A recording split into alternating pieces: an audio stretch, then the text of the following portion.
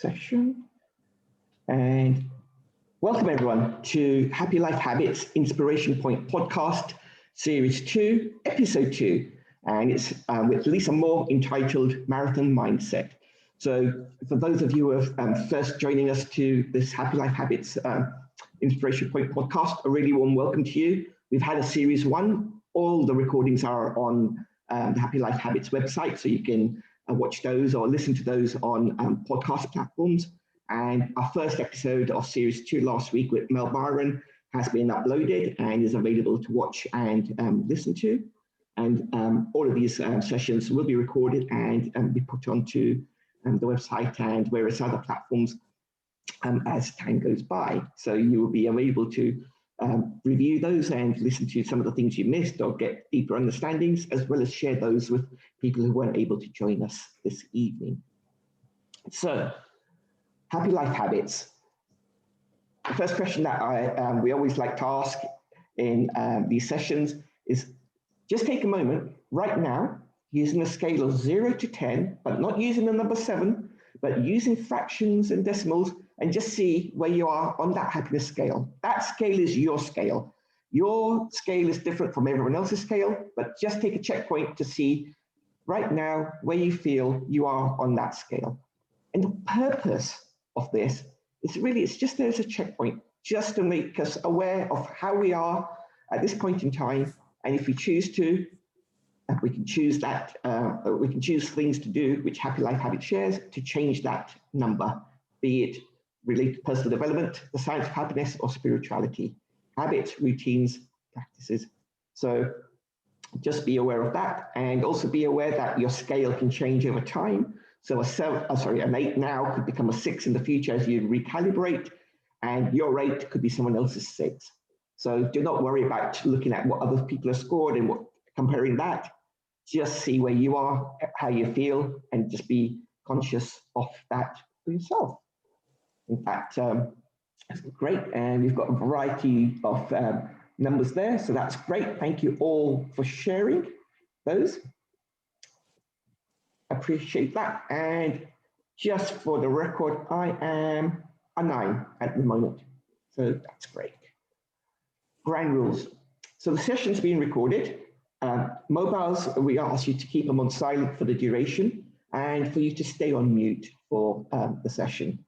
You can have your videos on at the moment, but when we start the interview section, we'll ask you to switch off your videos and stay on mute.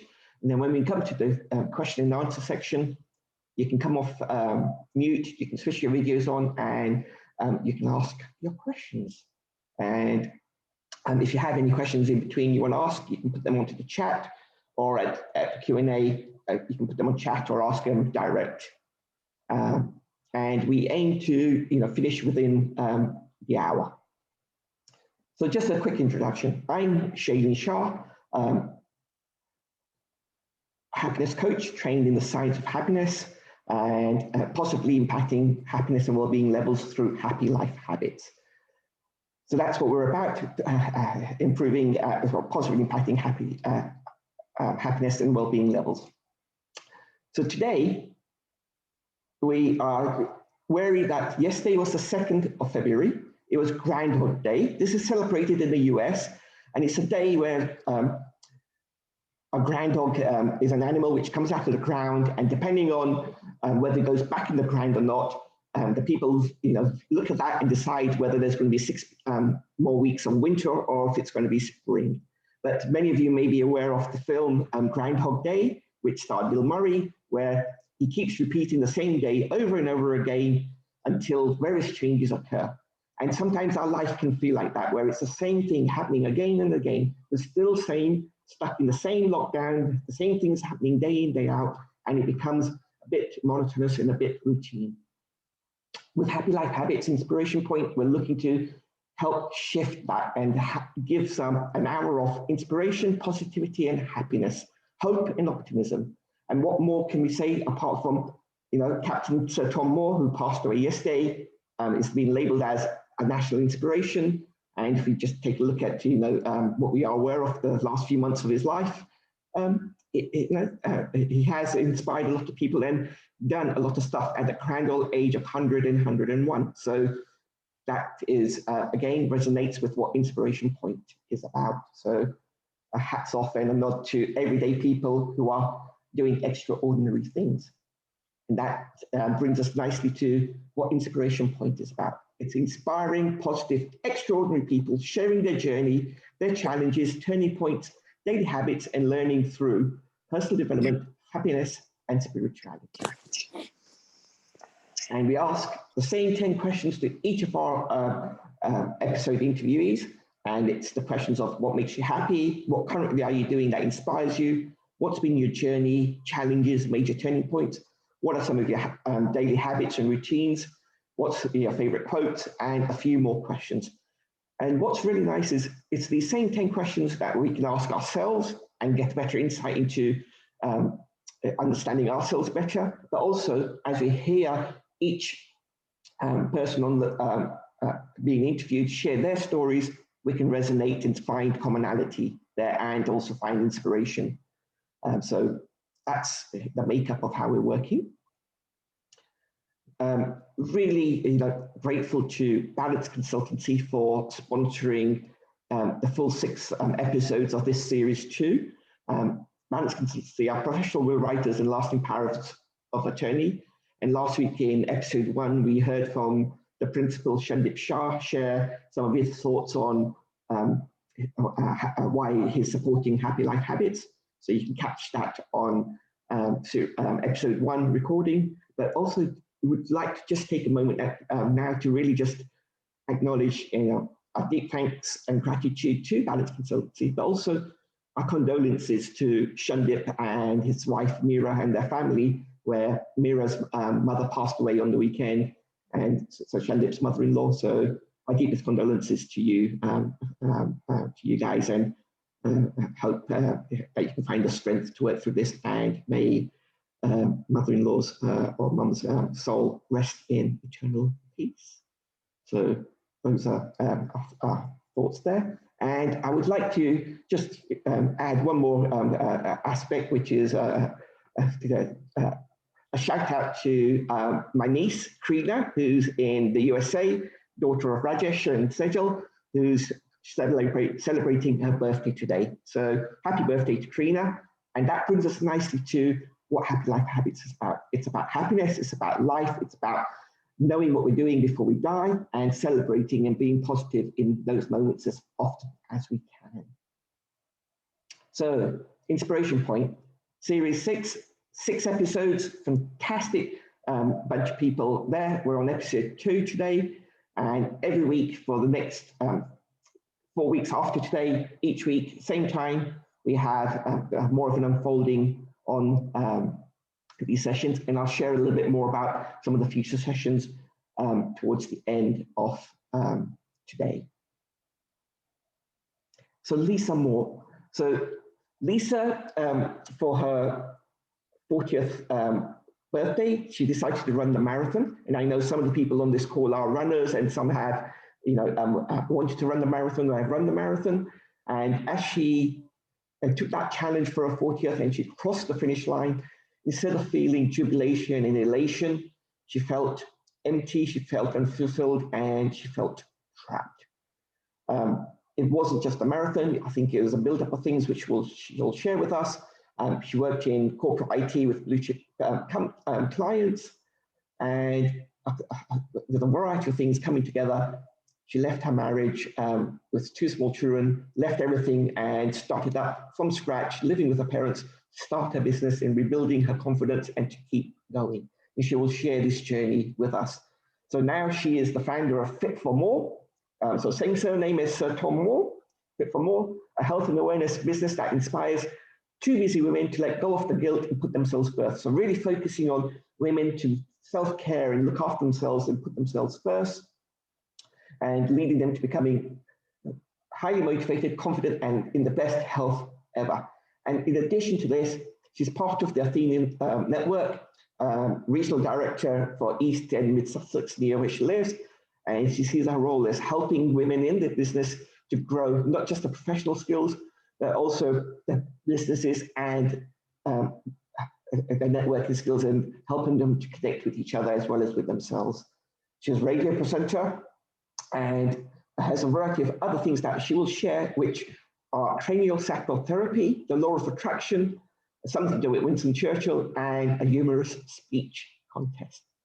So a really warm welcome to you, Lisa. I am going to just stop my screen share. And if all of you would like to change your view on the Zoom to speaker view, that will bring it up nicely to be able to see Lisa and myself. And Lisa, hello. Welcome. Thank you so much for joining us. It's lovely to be here. Yeah, very much looking forward to the next 50 minutes or so of our story unfolding. And I guess I'll start with my very first question, which is, Lisa, what makes you happy? What makes me happy? What really makes me happy is being outside, being in the fresh air and the sunshine. What makes me happy is being happy. Makes me happy being healthy, being fit, being physical, and my family, my daughters, my lovely 2 girls, and my pets and animals. So those are the things that really make me happy. And I guess from a professional point of view, what makes me really happy is helping the people that I work with to become happy. Fantastic, thank you. And I think pretty much most of what you've shared touches in with one of the things that we share of, the 4 dimensions of happiness or health, and it's the physical. So it's the mental, social, emotional, and the spiritual. And with what you shared, they cross across those as well as with what you'll share later on. So that's fantastic. So what are you currently doing that inspires you?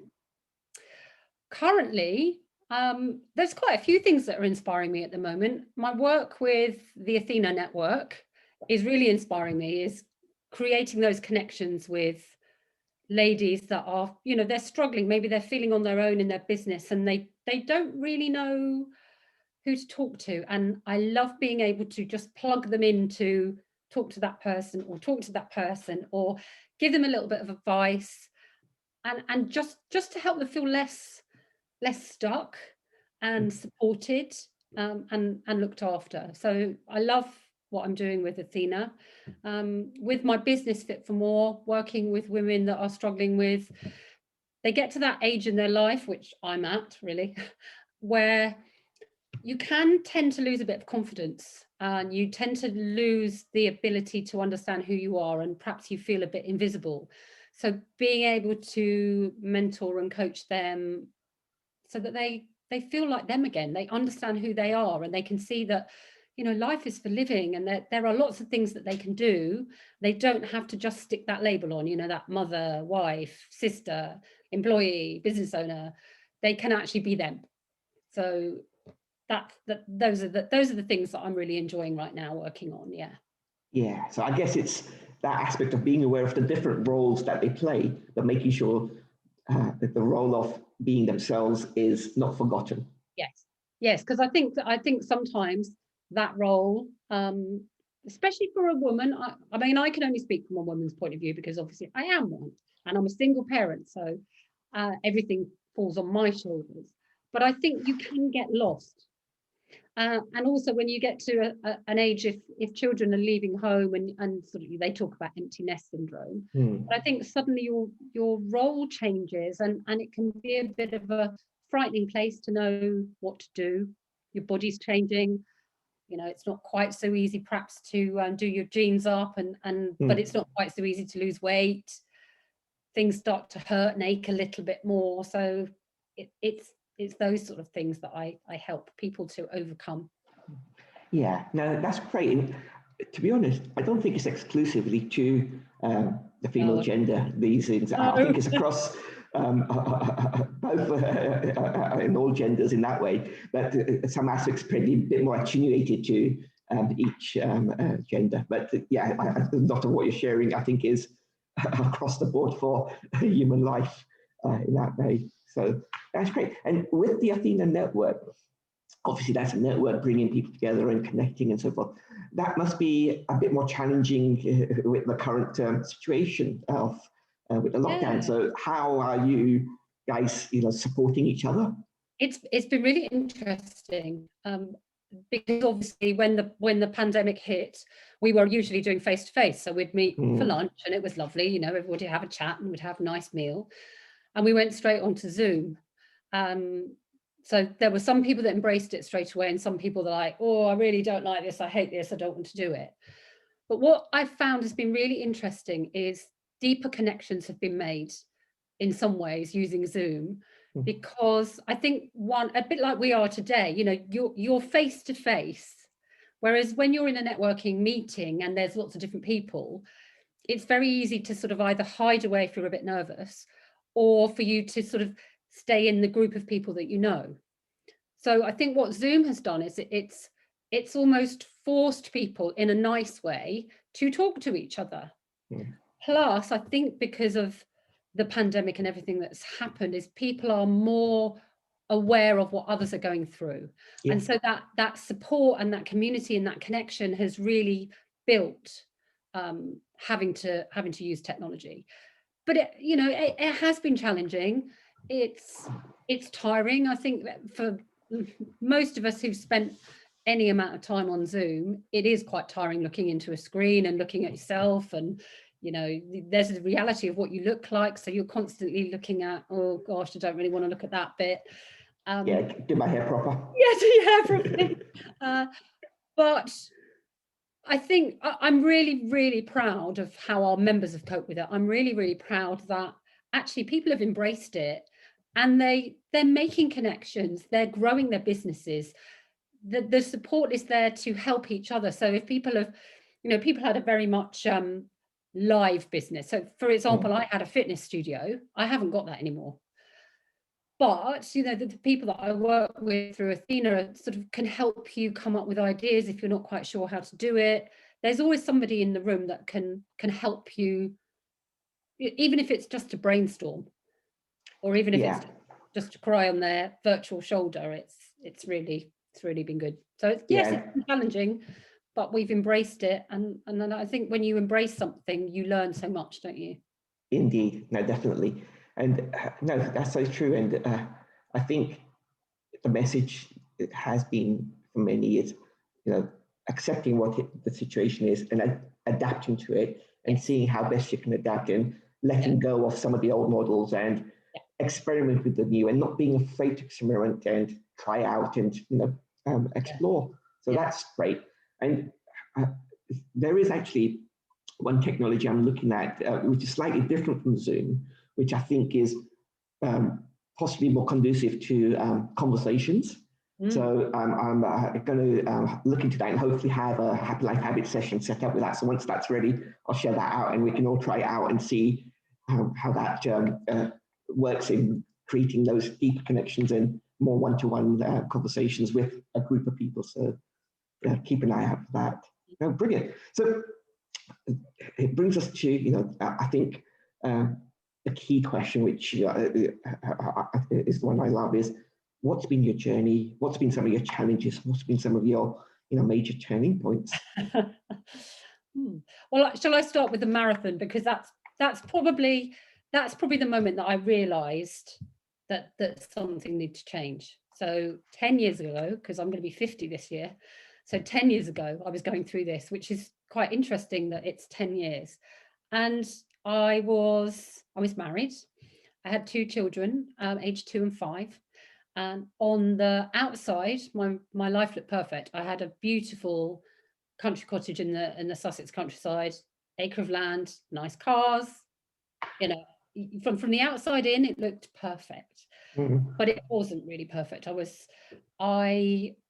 I didn't know who I was. My marriage wasn't very happy, but I'd made this decision to run the London Marathon. And I think I can look back now and recognize that the reason I chose to do that was that I needed that physical challenge to prove to myself that, 1, I was strong, and 2, to give me that time to figure out who I was. So I trained to do the London Marathon. The training was, hard. but did it. And on the day, it was one of the hottest days that they've ever run the London Marathon. So it was 80 degrees in April, which was quite bizarre. And I ran it. And I remember coming down past Westminster Abbey and Big Ben, and I'd had a problem with my foot. So I was in a bit of pain anyway, but I was thinking, finish line, it's coming, the finishing line. I'm going to get this sense of euphoria, this amazing feeling of being proud. It's going to be wonderful.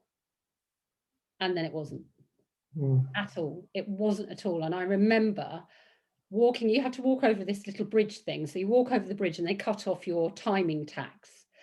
And then it was like I had gone into this no man's land. There were loads of people around, but all I really remember is silence and feeling completely empty and almost in shock that there wasn't this.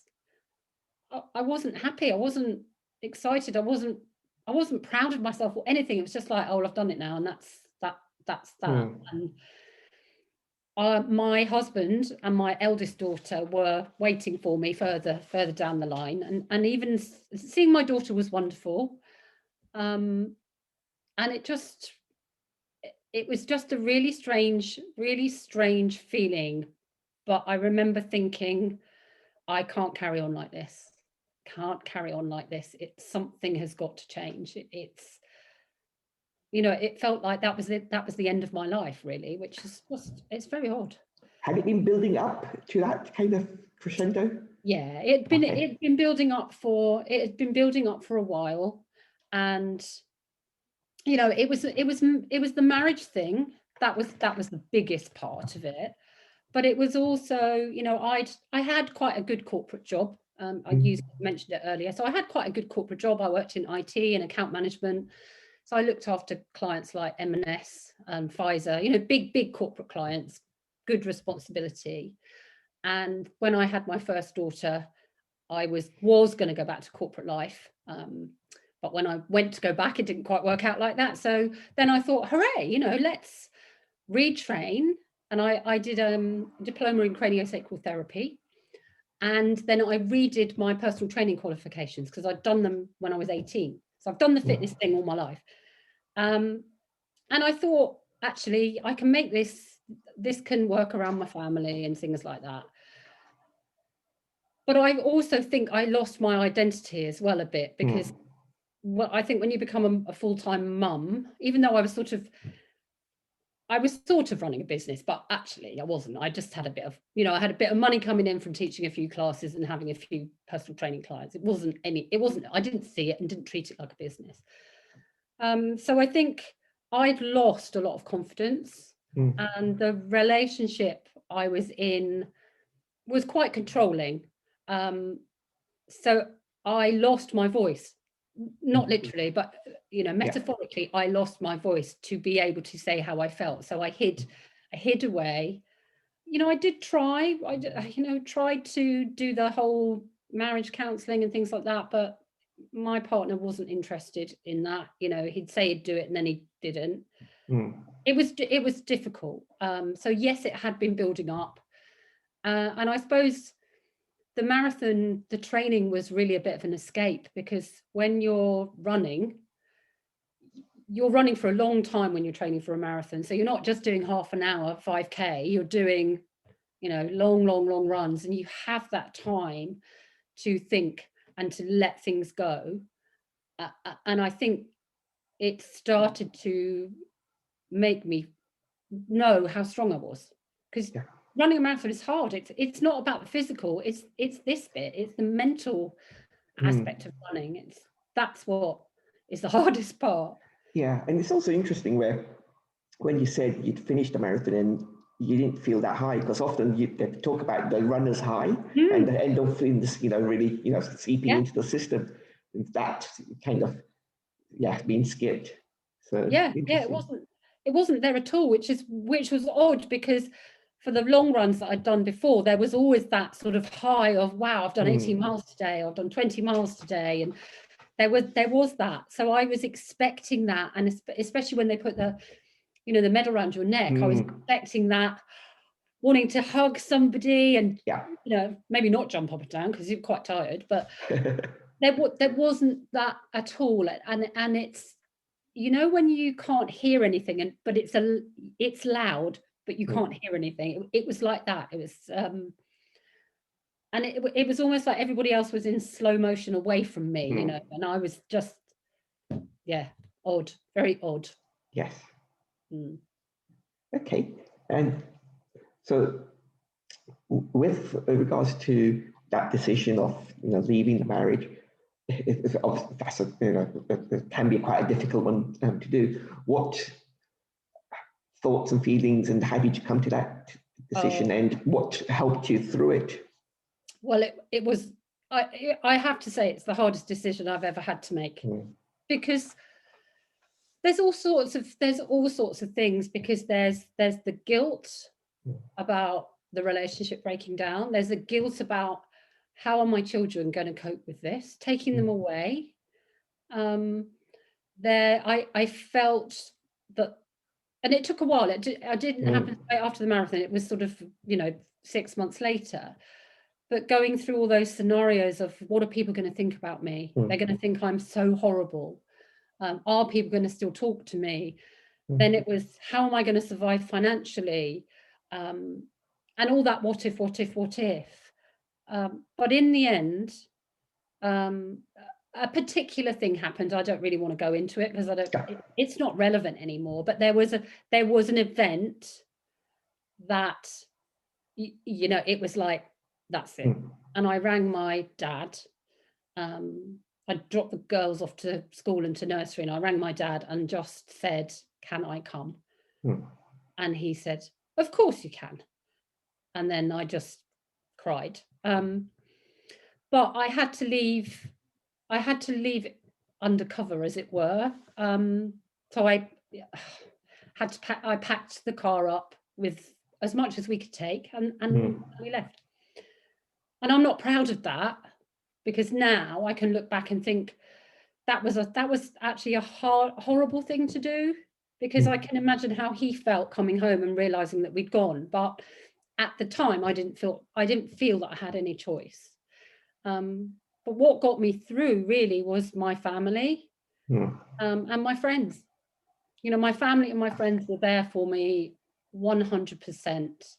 And I think the resilience that I built up from running, which sounds silly, but being physically fit definitely helped.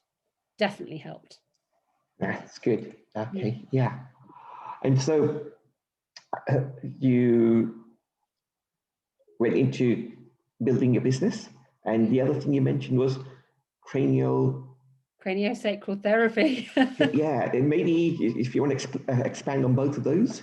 Yeah. And maybe touch upon the law of attraction as well, because I think that's all part of this segment. So, you know, I moved in with my mom and dad. I'm blessed my mum, she just cleared her house out, and suddenly there was me and my 2 children there.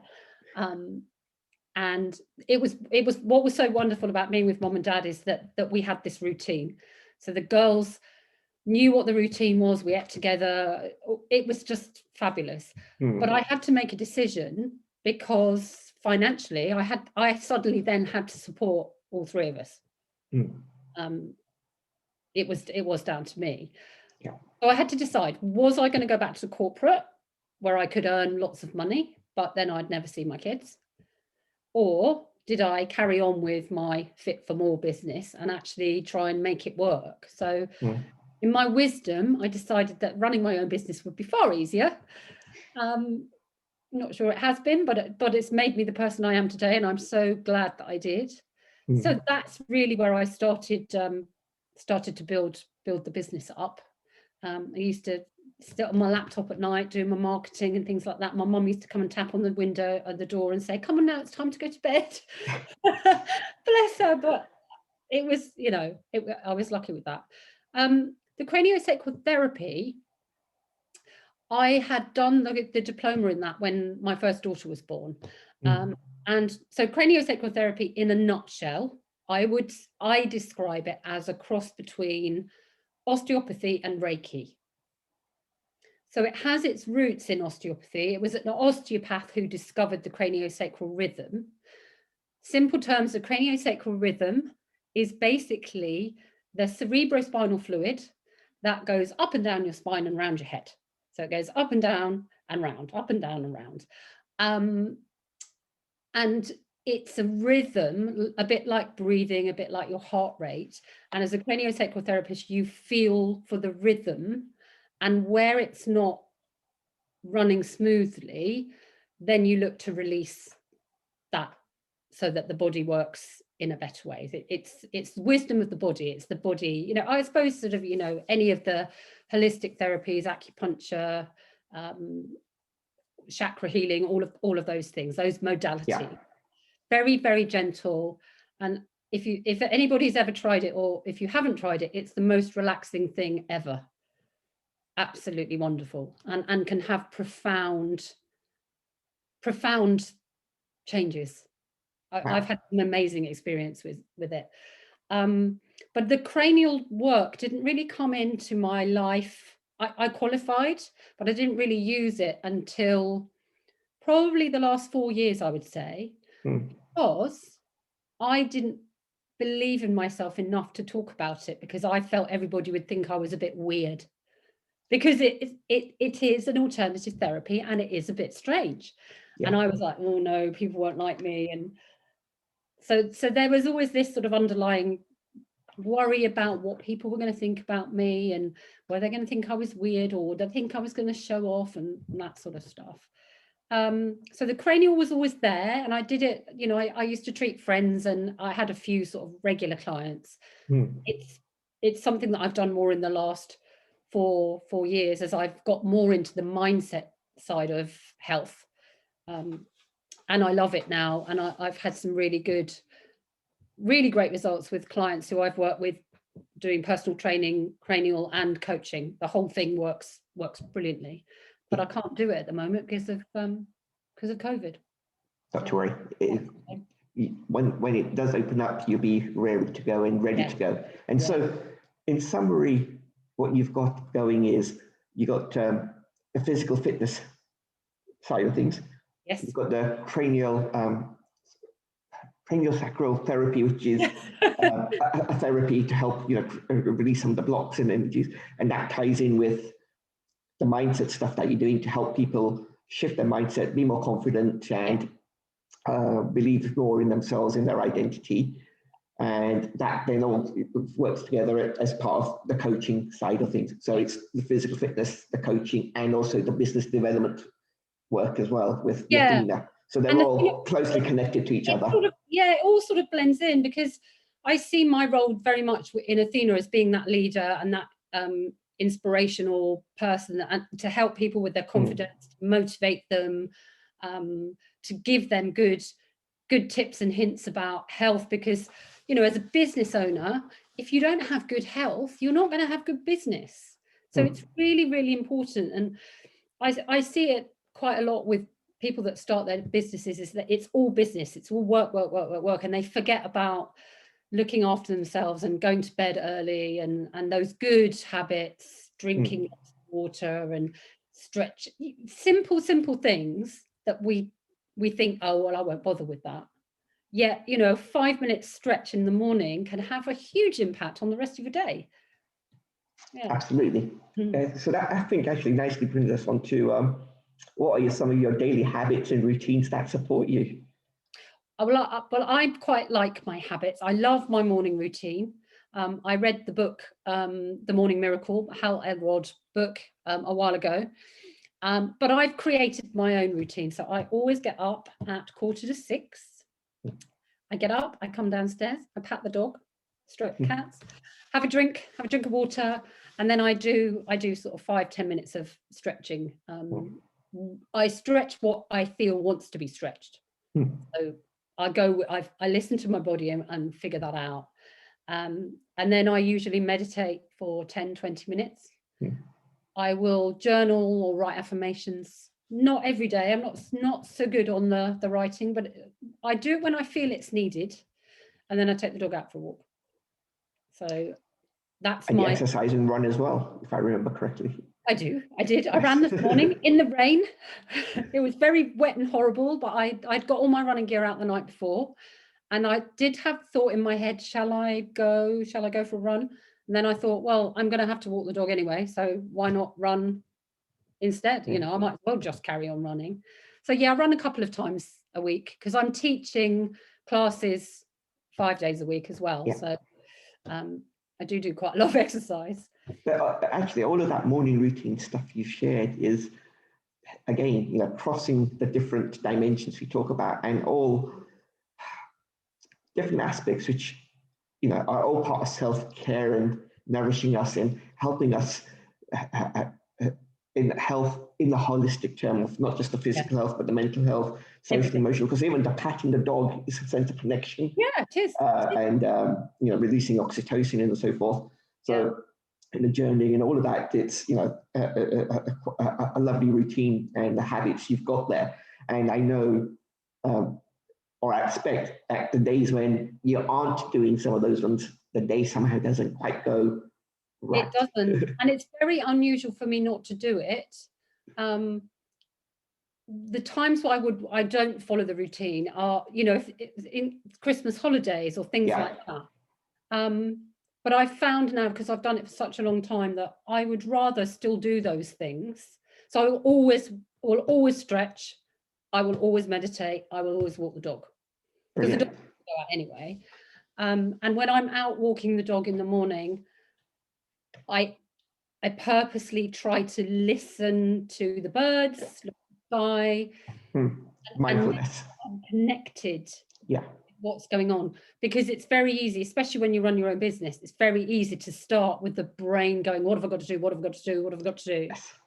So I did at one point, you know, I used to listen to podcasts and audiobooks when I was walking the dog, but I realized that was creating the noise in my head. So I don't now. Wonderful.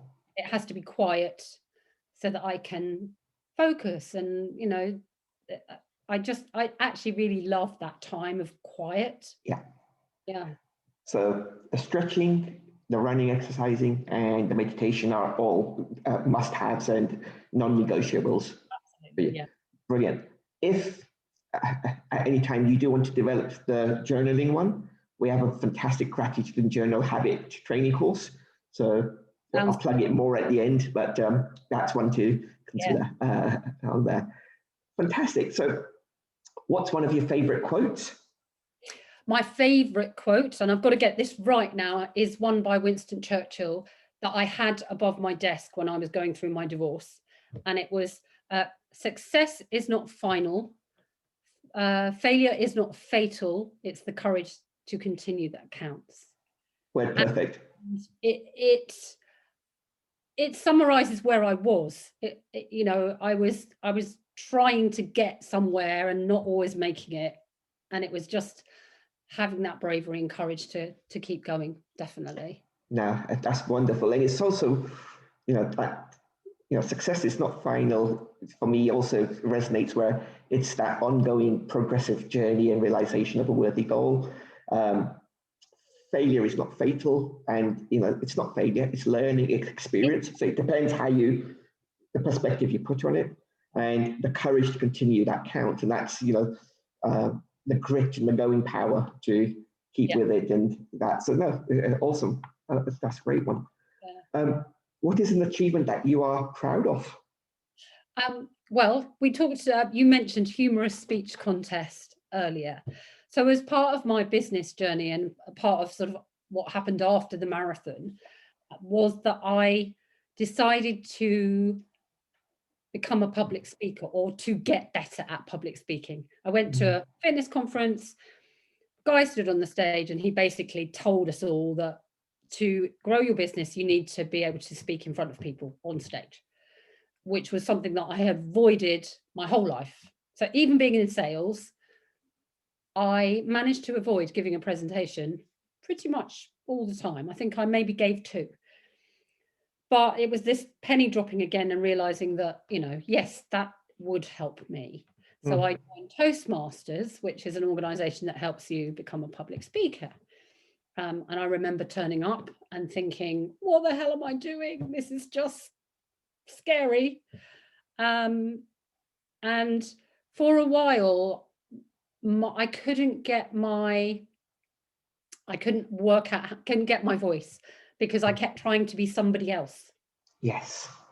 There was a lady there who was highly intelligent and used very long words, and I was so impressed with her because she was just confident, and I tried to be like her and failed miserably because I don't have a big vocabulary and that's not my personality. I tried the sort of professional, business sales, that didn't work either. And it was only when I decided to just be me that it started to work. And every year they run a competition in your local club. They run the humorous speech contest, which then you got to the next level and the next level and the next level. And I thought, okay, I'll give it a go. And I won it, which was like, and I don't think I'm very funny, but I obviously was in the right place. And sort of this links into the law of attraction a little bit, because I'd been studying and learning about the law of attraction, didn't really know about it.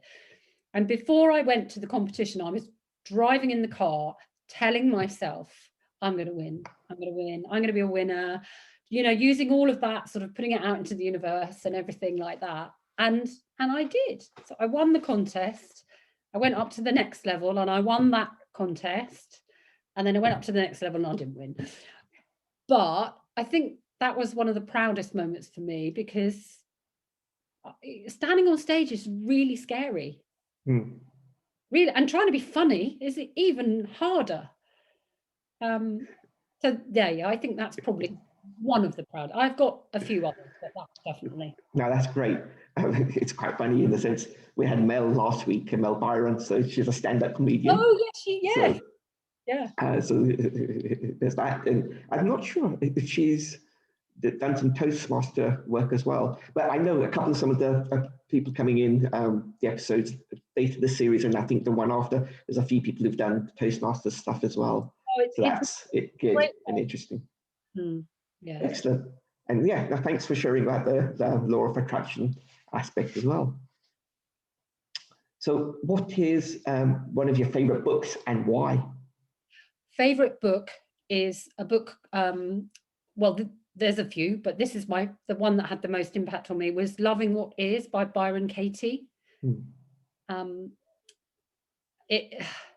I didn't read it, I listened to it on Audible. And it was so life-changing, because she talks about, it's all about mindset, really. It's all about your limiting beliefs and things like that. And there are loads of different books that look at it at different angles. But it was the way that she made me realize that the things that you say to yourself, it's the always, the never, the can't, those words. So you might say something like, to one of my teenage daughters, you always leave your clothes on the floor. And we know how angry that can get you. You can get really riled up about it. And so what she says is that really true? Yeah.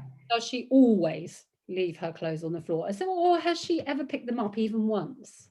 Yes. And you have to go, oh yeah, you're right. She does pick them up sometimes. So you can then turn it around and look at it from a different angle. And it just releases you from holding on to that. Yes. And I wish in some ways that I had read that when I was in my marriage, because I think, you don't know what would change. But I think I would have been a different person, and maybe that would have changed things. You don't know, do you? No. But yeah, that I think is very profound, that book. Yeah, now Byron Katie, I've heard of. I have not read any of her stuff or listened to it, but I have heard of her in that realm with Wayne Dyer and all of these other people as one of these Louise Hay and all of these people of in that category of sharing profound work. The example you just shared about, this always and never, it reminded me of, I think someone else who's, picked up on that and really shared explicitly, which, the pictures were conjuring up in my head as you were sharing it. Tony Robbins, in his Unleash the Power weekend, he goes into those, how language plays a part to it, as part of the neuralistic programming part, that L being the linguistic language. And the example of never and always and the counter, like you just shared, those, but obviously he exaggerates it a lot more. So those were the images that were coming into my head as part of that. It's fascinating language. I love it. Now I'm tuned into people and I hear them say these things. And one of the ones that I pick up on quite a lot with my clients is the but word. Yeah. And I say to them, say your sentence and then you put your but in the middle. And the beginning part of the sentence is completely irrelevant now, because they'll say something like, I'm going to eat healthier this week, but I've got to do blah, blah, blah, blah, blah, blah. Now, so the bit that you said before the but won't happen, because the bit that you believe is the bit you say after. Or I'd love to help you, but I'm too busy. It's like, no, you don't love to help me. You're too busy. So, it's that. And it's also the other example on that language is the not or don't. The classic example says, don't think of a pink elephant. Yeah, what do you do? And the language plays an important part. And the stuff that, we say to ourselves and what our inner critic tells us and what we listen to and what we work with to shift that language, both with the mindset work and journaling and reflection and affirmations, is to shift it to the more positive language and the rewiring in that way. That's very powerful, very interesting on that. It brings us to a penultimate core question. What did you learn from your parents? To be kind.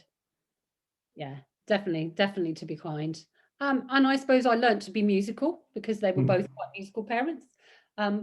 Yes, but to be kind, to put others first, which I think sometimes can be a bad thing, because you can put others before yourself and then you get lost. Yes. But okay. And good manners and good posture from my mom. Wonderful. That's great. Thank you for that. And a final question. Who or what are your inspirers? Oh, gosh. I always think that I've got to come up with somebody really famous. But I think there are lots of people that inspire me, and it's the people that have gone through those hard times and done something about it, and actually had the courage to get through it.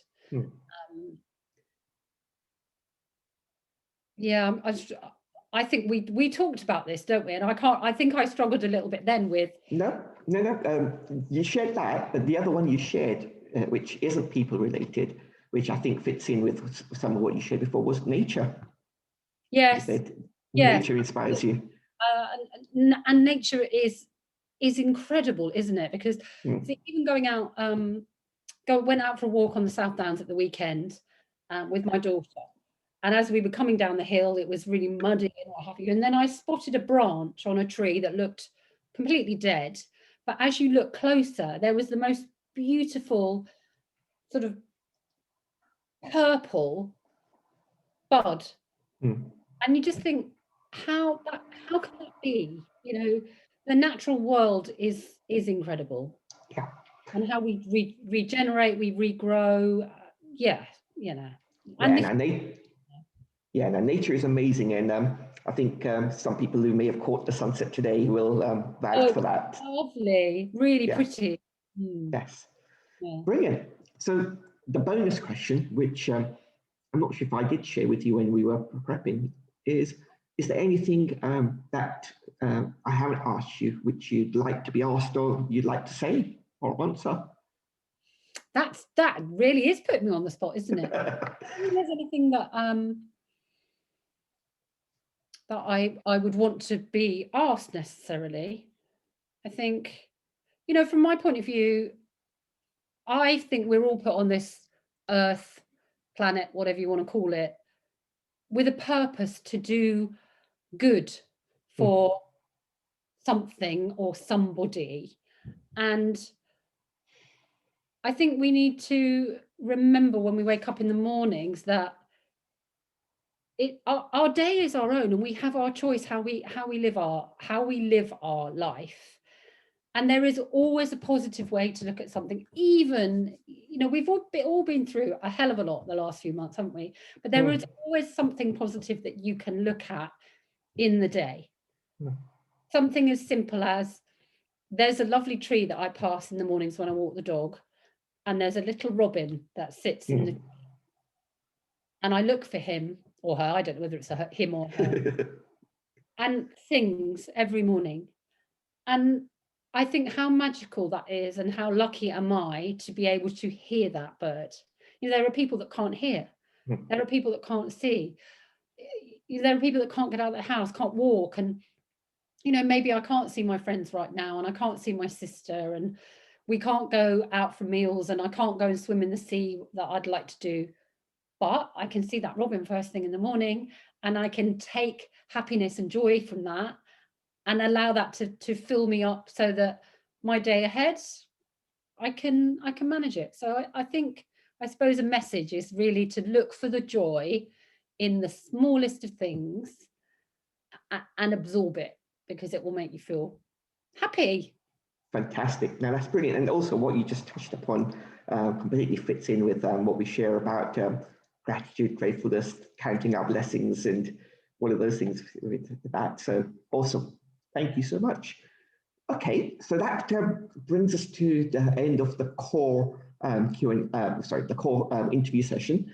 So in a moment, I will invite, if anyone does want to ask any questions to Lisa or myself, please put a message in the chat, and we can ask you to press the space bar and unmute yourself and ask the question, or you can ask it in the chat bar. But while I just give you a moment to think of those questions, I'm just going to share my screen and share a few other bits and pieces. So please, do let us know if you do have any questions.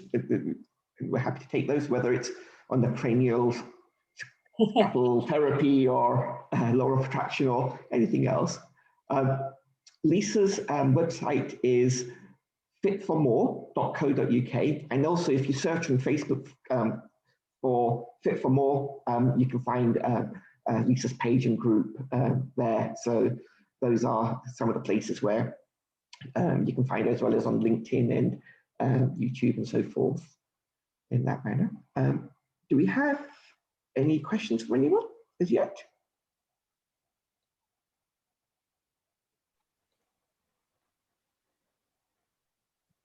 No questions as yet.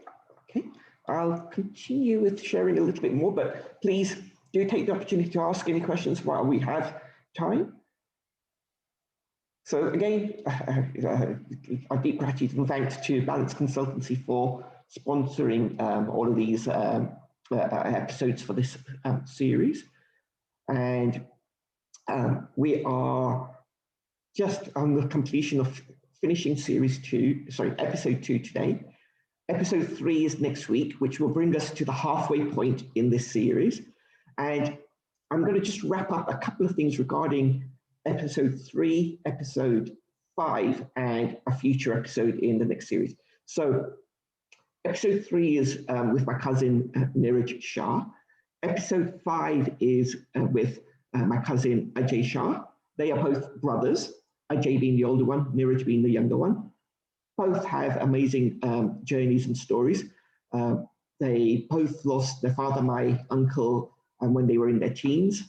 And Niraj, at the age of 30, had a stroke, and he's recovered from that and is doing some amazing work in the sense of understanding how the brain works, on mindfulness, on technology, and how technology works with our ancient brains, and has a lot of wisdom to share there, and is the founder of Mind Unlocked, meditation-related work, and a chair or the European representative for a tech organization, tech conference, technology space in that way. So those are some of his stories and journey. But also his other brother, Ajay, I think it was GCSE age around that time when uncle passed away, his father. As he went into his A-levels, he was wanting to become a doctor, and he was told he's not going to get into med school. That fired him up, turned him around into getting his act together. He's gone into med school, come out with flying colours, and now is part of a practice in Birmingham, which is put forward for a parliamentary award, and it's one of the first ones which is, well, it is the first one which is given the COVID vaccine in Birmingham. So really, doing some amazing work in the medical field space, and a real wholehearted doctor who works with empathy, compassion, and really making a difference to the clients. So he will share his journey. But in our series 3, which is still to be developed and defined, their mother, Anju Shah, who's on this call as well, my aunt, she will share her journey of bringing up 2 teenage sons, losing her life partner, in her late 30s, early 40s, and how she has, continued to be inspiration and joyful to her children as well as to the community. So that's what we have lined up there. So I can see some messages come on the chat. So let's see what we have. Okay, so we've got some thank yous to Lisa for sharing your journeys. Enjoyed listening. So there is one which is from Rita Ben. How do you manage to stay positive? So if you would like to answer that one, Lisa. I think, how do I stay positive? I think partly it helps when you're connecting with nature and you're physically active. That definitely helps, because I think you can create positive energy from being outside and just moving your body. We all know that feeling of when you're feeling tired and a bit lethargic, and maybe you're sitting on the sofa and things like that. You don't really feel like moving, but if you do, then suddenly you get that motivation and you get that inspiration. And I think I have learnt that I've had to be positive, because being a single mum with 2 daughters and having to do everything. I mean, literally the girls were with me 100% of the time. So it was a case of I had to do everything. I had to keep positive, I had to keep happy, and I had to keep jolly for their sake. And I felt I needed to do that even more, because they weren't seeing their dad, and it was tough. So I sort of taught myself that positive outlook. Read loads of books, listen to loads of podcasts, and surround yourself with people that are positive. I think that one is really important, because when you surround yourself with people that are sort of what I call energy suckers, you can so easily spiral down that circle and end up in the bottom of the pond, just feeling horrible. But when you surround yourself with people that do have a positive outlook on life, and are happy and energetic, that will come across to you as well. So I guess I hope that answers your question. Yeah, no, thank you for that, and very much resonates with what the Happy Life Habits community is about, of being in that space where we can nurture and support each other and work together on staying focused on the positive, happy, and learning those things on both personal development, science of happiness, and spirituality. We've got one more question, and then I'll move on to a few more announcements. So this is from Worship Kai. She says, "Hi Lisa, thank you for sharing so much about your life. With the current climate, how are you advising your clients to cope with a daily productive work routine?" How am I advising my clients? Good routines and good habits. Taking regular breaks. I think that's really important, especially if you're working from home and you're working at a screen all day. It's really important to get up and get away from the screen. I use an app called Pomodoro, 25 minutes of work focused on one particular thing, 5-minute break. And in the 5-minute break, you have to get out of the room or out of the environment you're in. Even if it's make a cup of tea, go up and down the stairs, go out in the garden and look out at the sky, sing a little song, jump up and down a few times. Think that that's really important, and not to put so much pressure on yourself. You know, recognize that maybe you aren't going to be as productive as you were before. Maybe you will one day, but just to let it go. If you don't achieve everything, don't beat yourself up. Don't feel guilty about it, because guilt doesn't serve anybody, and the only person that it's hurting is yourself. So just, yeah, cut yourself a bit of slack. And one really good thing, which sort of links into the journaling, is, you know, at the end of the day, have a bit of a review, because quite often you can get to the end of the day and think, I haven't achieved anything today. But if you take a few seconds to just go, actually, what have I done? Write that little list, tick it off, and almost give yourself that little pat on the back to go, I did it. And, you know, I'm all right. So those are the things. But physically moving, good nutrition, getting good sleep, all those sort of good habits are really, really important. So fantastic. Yeah, no, that's fantastic. And that's, again, it's the habits across those 4 dimensions that we've discussed before. And that's also leads us to a balanced and harmonious life, having something in each of those segments. Thank you, Lisa. With regards to that journaling and the end of the day, you've really helped set me up for a nice plug. So anytime. And it wasn't prepped. So Happy Life Habits has got a gratitude and journal habit immersion training course. It's a 30-day course from the first of the month all the way through to the end of the month. Live calls, a physical journal that you get to use. It's called the 5-minute journal. It has a morning routine. It has an end-of-day routine. And in that end-of-day routine, one of the questions is, you know, what was amazing about today, or what did I learn today, or how could I have made today better? The morning routine's got what would make today great, what am I grateful for, and positive affirmations. We share that journal with you on the course.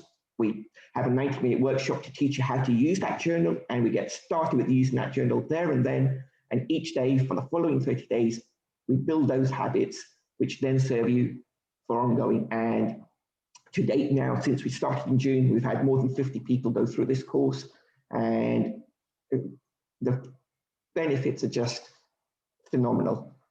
So testimonials are on the website, but the doors are open for the March course. It will start on Sunday, the 28th of February. It's 10 o'clock in the morning, and following Sundays is when we'll run the course. And for everyone who signs up by Valentine's Day, midnight, so 14th of February, we will give you a VIP pass to the next series of Inspiration Point. So for the following 6 episodes in the new series, you will get VIP pass for everyone who joins up for this course. And if you want to know anything further about this course, feel free to reach out, and lots of information on the website. But it is one which can help really shift the mindset, cuts across the 4 dimensions that we've talked about, and has helped a lot of people at the start of this year as we've been in lockdown, as well as tail end of last year. Key dates there. And if you want to be part of Happy Life Habits community in any manner, there's Facebook, there's LinkedIn, there's YouTube, there's the podcast. So this recording of this will be put onto the website, onto YouTube, and the podcast in due course, and will be shared and communicated through. And if you want to be kept informed of what's going on, join up on the website or drop us a note for WhatsApp messages. And that brings us nicely to just ask that final question, 0 to 10, not using number 7, where are you right now? What is your happiness score?